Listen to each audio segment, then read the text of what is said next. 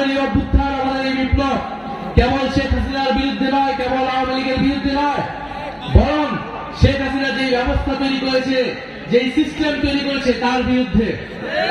আমরা শুধু শেখ হাসিনাকে সরিয়ে, এক স্বৈরাচারকে সরিয়ে আমরা নতুন কোন স্বৈরাচারকে বসানোর জন্য গণ অভ্যুত্থান করি নাই, বরং যে কেউ যাতে স্বৈরাচার হইতে না পারে সেই জন্য এই গণ অভ্যুত্থান হয়েছিল।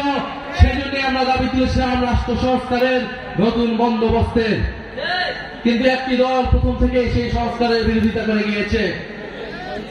তারা ফ্যাসিবাদী আমলে 31 দফা দিয়ে রাষ্ট্র সংস্কারের প্রতিশ্রুতি দিয়েছিল জনগণের কাছে, কিন্তু দেখলাম তাদের সেই প্রতিশ্রুতি নাই, বরং তারা জাতির সাথে প্রতারণা করে সংস্কারের বিরুদ্ধে নোট অফ ডিসেন্ট দিয়েছে। ফলে আপনারা মিলিয়ে দিবেন কে কি কমিট করে এবং কে তার প্রতিশ্রুতি কতটুকু রক্ষা করে। কেউ কথা দিলে তো কথা রক্ষা করতে হবে। শেখ হাসিনার সময় যে কথা দিয়েছিল রাষ্ট্র সংস্কারের 31 দফা, সেই 31 দফার কোন কথাই তারা পরবর্তীতে রাখে নাই। এবং আগামী নির্বাচনে যদি তারা জয় হতে পারে তাহলে তার একটি কথাও তারা কখনোই আর রাখবে না। তারা এখন নতুন নতুন করে কথার ফুলঝুরি দিচ্ছে। আমরা এরকম কথার ফুলঝুরি শেখ হাসিনার মুখে আওয়ামী লীগ আমলে অনেক শুনে এসেছি।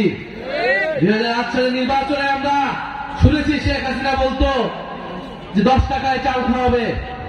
বাংলাদেশের মানুষের ভাগ্য হয় না এই 10 টাকার চাল খাওয়ার, কিন্তু বাংলাদেশের মানুষের ভাগ্য দুর্ভাগ্য হয়েছে যে দেশের শত শত কোটি কোটি টাকা লুটপাট হয়ে গিয়েছে। এদেশের মানুষের গুম খুন হয়েছে, মানুষের কোন মৌলিক অধিকার ছিল না।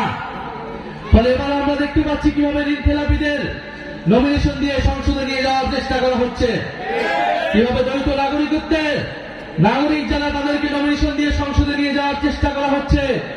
নতুন করে লুটপাট এবং ঋণ খেলাপি টাকা পাচারের নতুন পরিকল্পনা, নতুন প্ল্যান তৈরি করা হচ্ছে।